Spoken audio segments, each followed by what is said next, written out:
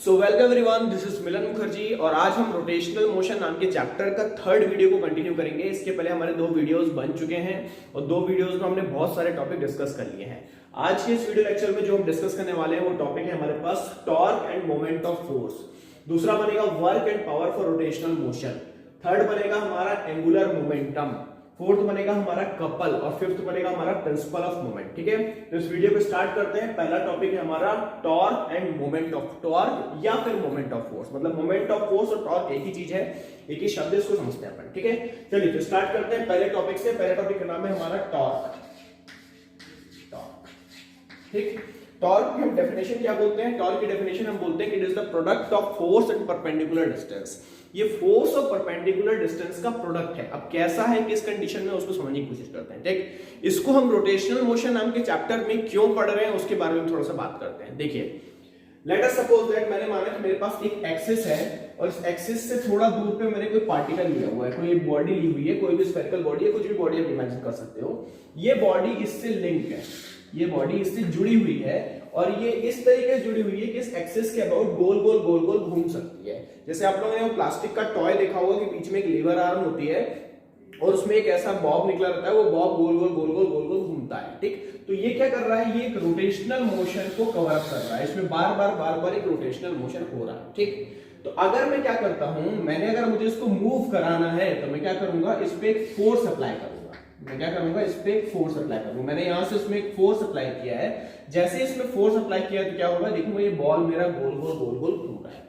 चलिए एक बार इमेजिन कीजिए कि अगर ये लीवर आर्म नहीं, ये मेरी एक्सिस नहीं होती, ये लीवर आर्म नहीं होता, उस कंडीशन पे क्या होता?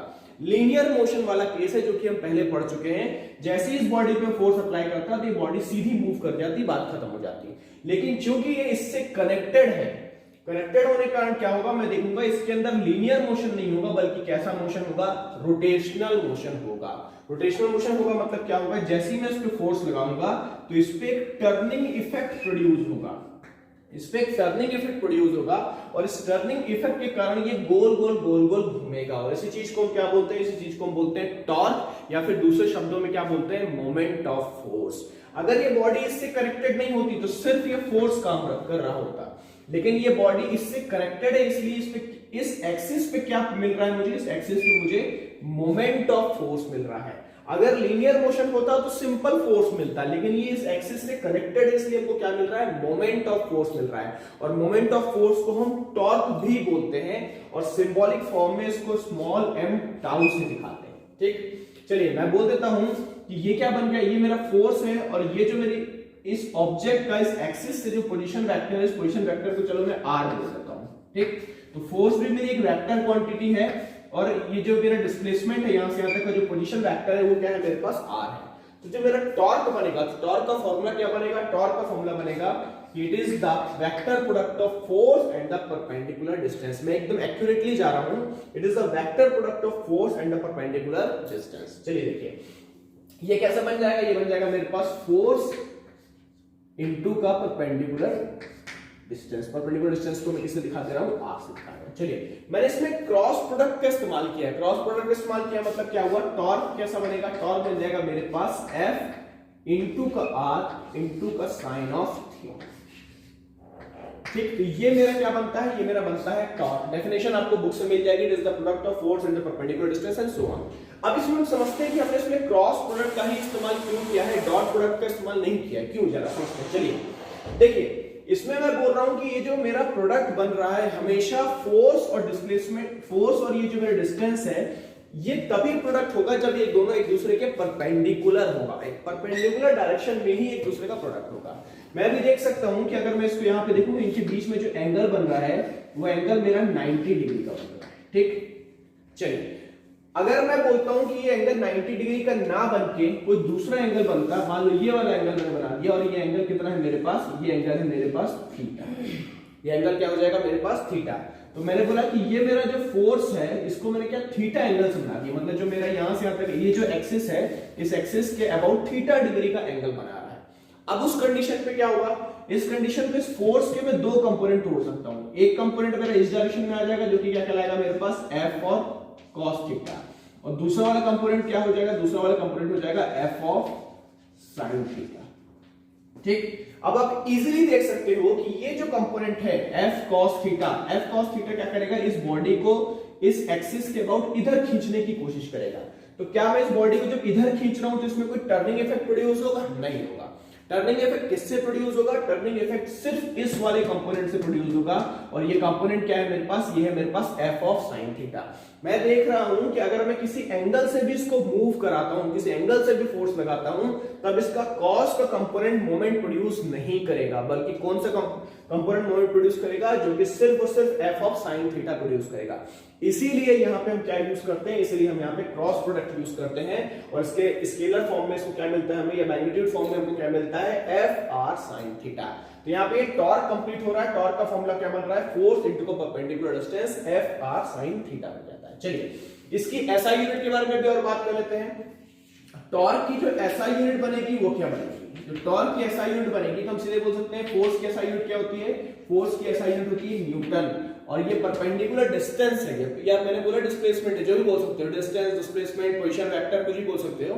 तो उस कंडीशन पे इसकी जो वो क्या बनेगी? इसकी SI यूनिट बनेगी मीटर। तो टॉर्क की जो SI यूनिट बन रही है वो क्या बन रही है मेरे पास? न्यूटन मीटर बन रही है। ठीक, चलिए ये टॉपिक हमारा यहाँ कंप्लीट होता है। अब आगे बढ़ते हैं। Work and power for rotational motion, मतलब मैं वर्क और पावर निकालने की बात कर रहा हूं किस कंडीशन में? रोटेशनल मोशन में। अभी तक हमने वर्क और पावर को पढ़ा हुआ है लीनियर मोशन में। अब हम समझेंगे इसको रोटेशनल मोशन में कैसे रीड करना है। चलिए तो ये पार्ट पूरा मैं मिटा रहा हूं, अपन आगे बढ़ते हैं।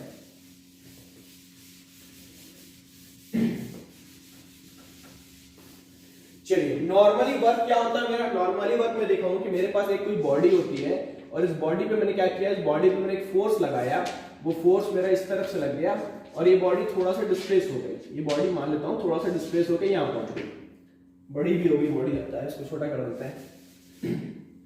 ये क्या हो गई? ये बॉडी मूव करके यहां से यहां पहुंच गई। मतलब कितना डिस्प्लेसमेंट दिया? मान लेते हैं कि इसका डिस्प्लेसमेंट मेरा ds आया। तो हम जानते हैं कि मेरा वर्क क्या बनेगा? हम यहाँ पे जानते हैं कि वर्क क्या बनेगा हमारा? dw is equals to force into का डिस्प्लेसमेंट।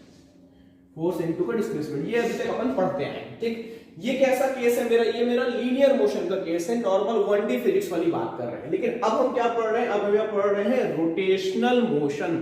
रोटेशनल मोशन में क्या होगा? बॉडी मूव नहीं करेगी, रोटेट करेगी। अपनी जगह से मूव करके दूसरी जगह नहीं पहुंच जा रही, बल्कि वो एक एक्सिस के अबाउट रोटेट कर रही है।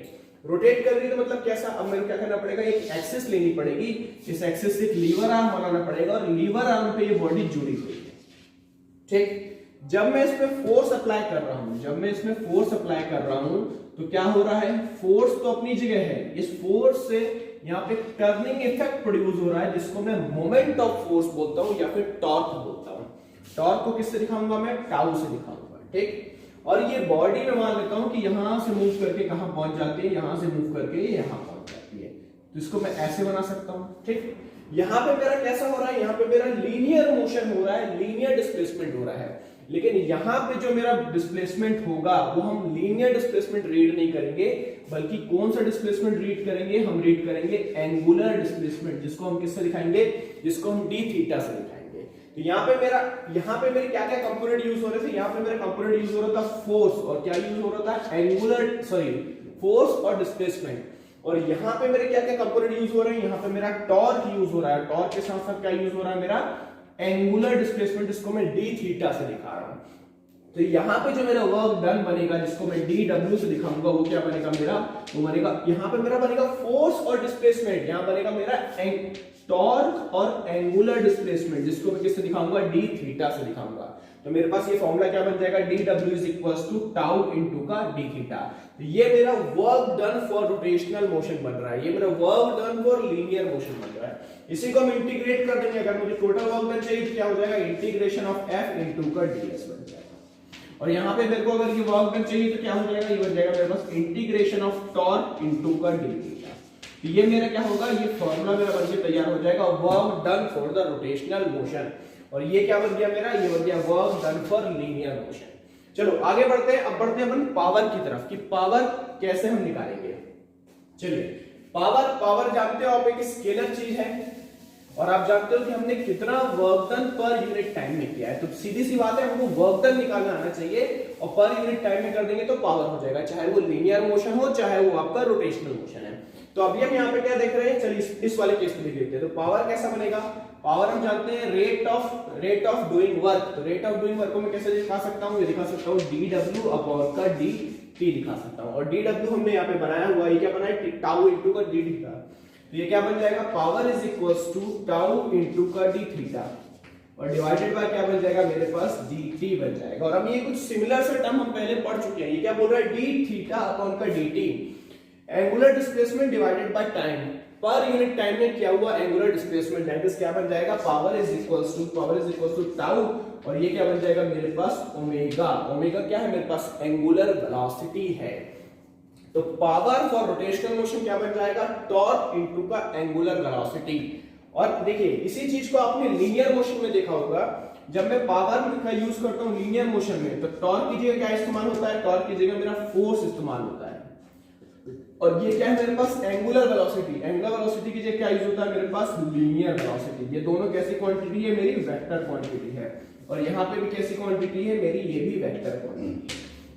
तो लीनियर मोशन में हम क्या यूज करते हैं, लीनियर मोशन में हम फोर्स इनटू का वेलोसिटी यूज करते हैं। और अपन जब रोटेशनल मोशन में पावर बनाते हैं तो क्या यूज करते हैं, फोर्स की जगह हम टॉर्क यूज करते हैं और वेलोसिटी की जगह क्या यूज करेंगे, हम एंगुलर वेलोसिटी करेंगे। मतलब आपको थोड़ा सा पैटर्न समझना है कि फिजिक्स में एक पैटर्न फॉलो हो रहा है। लीनियर मोशन में जहां पे हम डिस्प्लेसमेंट यूज करते हैं, रोटेशनल मोशन में वहां हम एंगुलर डिस्प्लेसमेंट यूज करते हैं। लीनियर मोशन में जहां हम वेलोसिटी यूज करते हैं, रोटेशनल मोशन में हम एंगुलर वेलोसिटी यूज करते हैं। लीनियर मोशन में जहां हम फोर्स का इस्तेमाल करते हैं, रोटेशनल मोशन में वहां हम टॉर्क का इस्तेमाल करते हैं। तो यहाँ पे थोड़ी थोड़ी चीजें सिमिलर होती जा रही है, एक सिमेट्रिकल पैटर्न क्रिएट होता जा रहा है। अगर हम उस पैटर्न को समझ लेंगे तो इस चैप्टर को समझना बहुत आसान होता चल जाएगा। हम उसको पूरा का पूरा लीनियर मोशन वाले चैप्टर से कोरिलेट कर सकते हैं, ठीक। तो यहाँ पे देख रहा हूँ कि पावर का फॉर्मूला क्या बन गया, पावर का फॉर्मूला बन गया मेरे पास टाउ इनटू का omega, that is angular velocity. तो ये मेरा पावर का फॉर्मूला बनके तैयार हो गया। चलिए इसी वीडियो को कंटिन्यू करते हैं और अगला टॉपिक उठाते हैं अपना एंगुलर मोमेंटम। एंगुलर मोमेंटम क्या होगा उसको समझते हैं जरा। चलिए, जो मेरा लीनियर मोशन का केस होता है उसमें हम मोमेंटम समझते हैं और मोमेंट यहां पे हम क्या समझ रहे हैं, यहां पे हम एंगुलर मोमेंटम समझते हैं।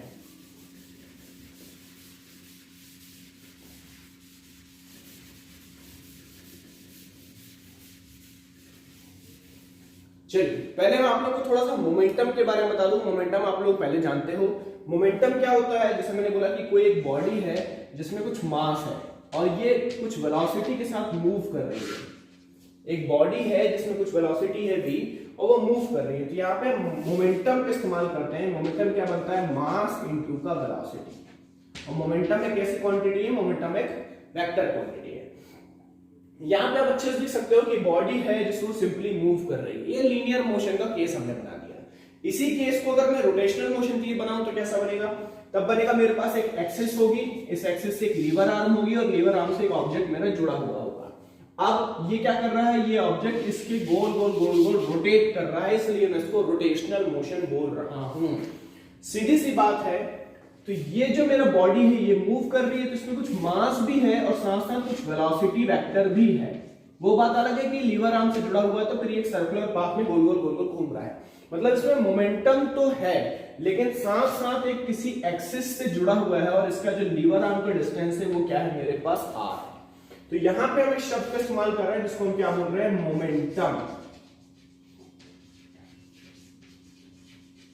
और यहां पे क्या बनता है, यहां पे बनता है एंगुलर मोमेंटम।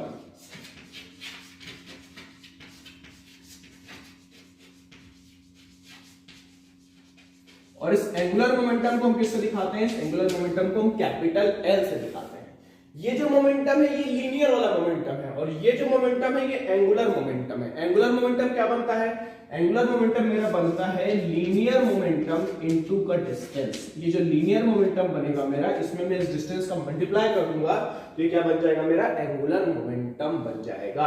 जैसे आपने सिंपली मोमेंट में किया था, मोमेंट ऑफ फोर्स में किया था, यहाँ पे सिंपली मेरा फोर्स काम कर रहा था, फोर्स में हमने यहाँ पे मल्टीप्लाई कर दिया डिस्टेंस का तो मोमेंट ऑफ फोर्स बन गया। इसी तरीके से ये सिंपल मेरा लीनियर मोमेंटम बन रहा है। लीनियर मोमेंटम में जैसे मैं डिस्टेंस को मल्टीप्लाई कर दूंगा तो क्या बन जाएगा मेरे पास, एंगुलर मोमेंटम बन जाएगा।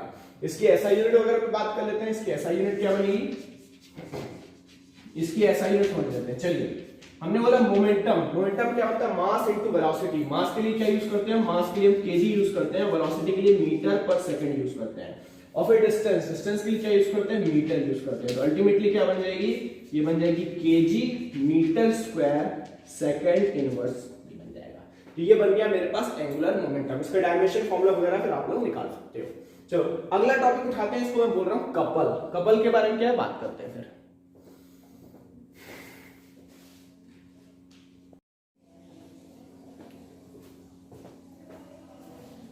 चलिए अब स्टार्ट करते हैं अगला टॉपिक। ये है टॉपिक का नाम कपल। ये फिजिक्स की दुनिया का कपल है। एक्चुअली ये पेयर ऑफ फोर्सेस की बात कर रहे हैं हम, दो फोर्सेस को आपस में कपल बोल रहे हैं। तो ये दो फोर्सेस कैसे हैं इसके बारे में थोड़ा सा बात कर लेते हैं, ठीक है। देखिए मान लेता हूं कि मेरे पास कोई बॉडी है, ऐसी कुछ बॉडी है, उसका सेंटर ऑफ मास में यहां मान लेता हूं, और इस बॉडी के ऊपर मैंने दो फोर्सेस का इस्तेमाल कर रहा हूं। एक फोर्स मेरा ऐसा जा रहा है और एक फोर्स मेरा ऐसा जा रहा है। ये दोनों का ही डायरेक्शन एक दूसरे के बिल्कुल अपोजिट है, और साथ साथ जो इनका मैग्नीट्यूड है वो बिल्कुल बराबर है। मैग्नीट्यूड बराबर का मतलब क्या हुआ, ये भी मेरे पास F है और ये भी मेरे पास F है। मतलब two equal and opposite forces की बात कर रहा हूं, दो इक्वल और अपोजिट फोर्सेस। अपोजिट फोर्सेस मतलब इनका डायरेक्शन एक दूसरे के ठीक अपोजिट है। एक बात और, इसका लाइन ऑफ एक्शन दोनों का अलग अलग है। इसका लाइन ऑफ एक्शन कहां जा रहा है, इसका लाइन ऑफ एक्शन इधर की तरफ जा रहा है, और इसका लाइन ऑफ एक्शन कहां जा रहा है, इसका लाइन ऑफ एक्शन इधर की तरफ जा रहा है। मतलब two equal and opposite forces acting on a body and their line of actions are different, then this pair of forces is known as couple. इसको मैं क्या, कपल को मैं देखता हूं, ये कपल क्या बोल रहा है, ये कपल में मेरे को दो फोर्स मिल रहे हैं। अगर इस फोर्स को ध्यान से देखूं मैं, तो ये फोर्स क्या कर रहा है, इस बॉडी को इधर की तरफ टर्न करने की कोशिश कर रहा है। ये फोर्स क्या कर रहा है, ये फोर्स बॉडी को इधर की तरफ टर्न करने की कोशिश कर रहा है, एक टर्निंग इफेक्ट प्रोड्यूस कर रहा है, जो कि हम पहले मोमेंट की फॉर्म में पढ़े हुए हैं। ये एक फोर्स मिल रहा है, फोर्स के साथ में एक लीवर आर्म मिल रहा है, तो क्या करेगा, मोमेंट प्रोड्यूस करेगा। ये फोर्स क्या कर रहा है, फोर्स तो यहां काम कर रहा है, बट इसके सेंटर ऑफ मास को इधर की तरफ टर्न करने की कोशिश कर रहा है।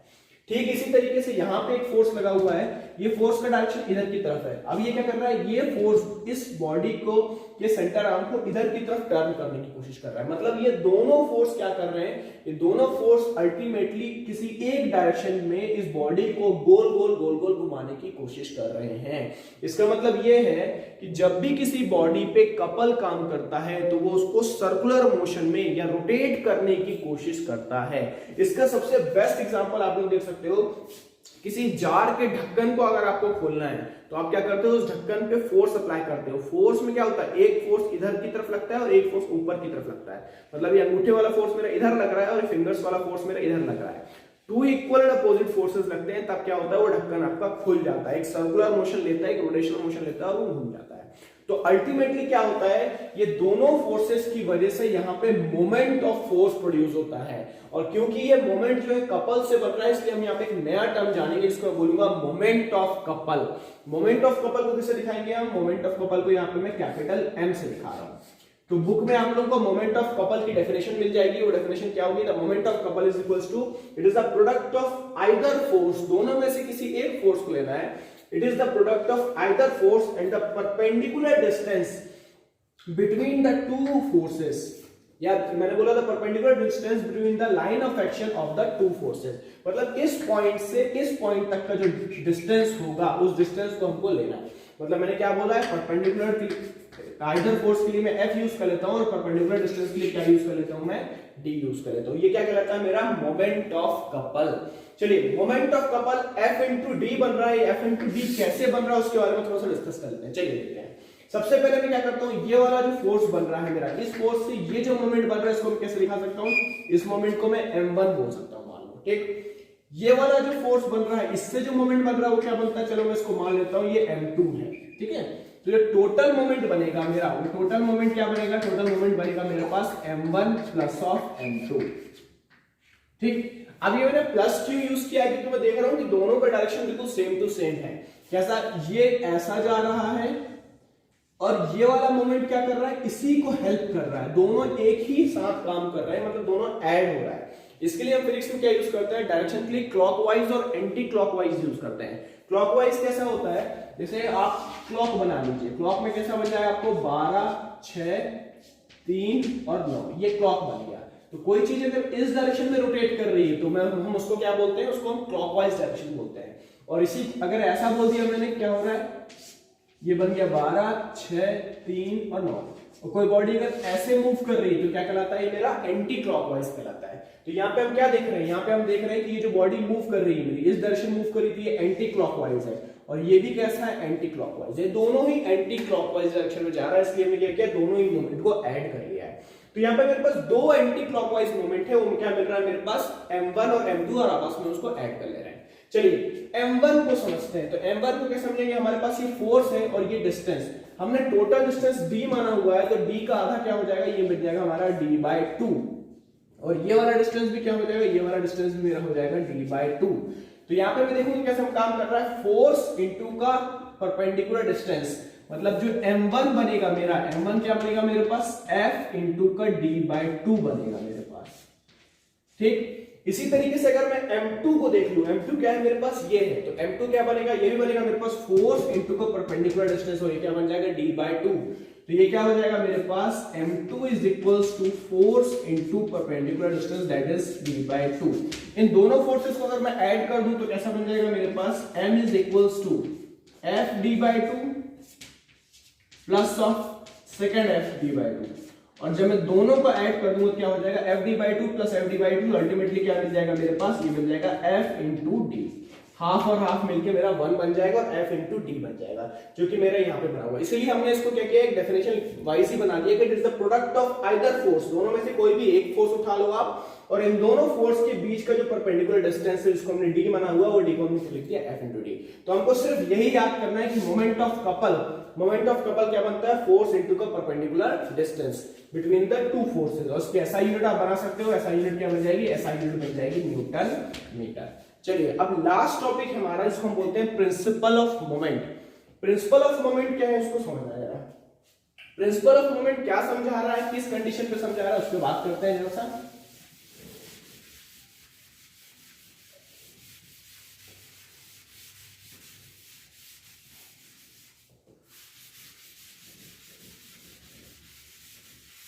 चलिए प्रिंसिपल ऑफ मोमेंट की बात कर रहे हैं। प्रिंसिपल ऑफ मोमेंट क्या बोल रहे हैं कि अगर कोई बॉडी रोटेशनल इक्विलिब्रियम में है, रोटेशनल इक्विलिब्रियम का मतलब वो बॉडी उस पर रोटेट नहीं कर रही है, उस पर ढेर सारे फोर्स काम कर रहे हैं, ढेर सारे मोमेंट भी काम कर रहे हैं, फिर भी वो बॉडी अपनी जगह से मूव नहीं कर रही, अपनी जगह पर रोटेट नहीं कर रही है, उसको हम कहते हैं रोटेशनल इक्विलिब्रियम। अगर कोई बॉडी रोटेशनल इक्विलिब्रियम में है, मैंने बोला ये बॉडी है मेरे पास, मान लो इसको मैंने क्या कर दिया, किसी पॉइंट पे पिवटेड कर दिया, ठीक।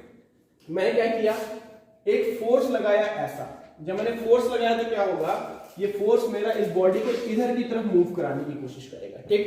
अब हमने क्या कर दिया, एक और फोर्स लगा दिया ऐसा, तो अब ये क्या करेगा, ये फोर्स इस बॉडी को इधर की तरफ मूवमेंट प्रोड्यूस करेगा, ठीक। लेट अस सपोज दैट ये मैंने F बोल दिया और ये मेरा दूसरा F बोल दिया, ठीक। उस कंडीशन पे क्या हो रहा है, मैं देख रहा हूं दो मोमेंट काम कर रहे हैं, ये वाला बॉडी को इधर खींचने की कोशिश कर रहा है, तराजू समझ लो आप, तराजू में एक इधर फोर्स लगाया हमने जो नीचे खींच रहा है, और उतना ही हमने इधर भी फोर्स लगा दिया, वो उसको इधर नीचे खींच रहा है। तो अल्टीमेटली क्या होगा, ये फोर्स ऐसा काम करेगा और ये वाला इधर मोमेंट ऐसा काम करेगा, ये दोनों मोमेंट एक दूसरे को कैंसिल कर देंगे।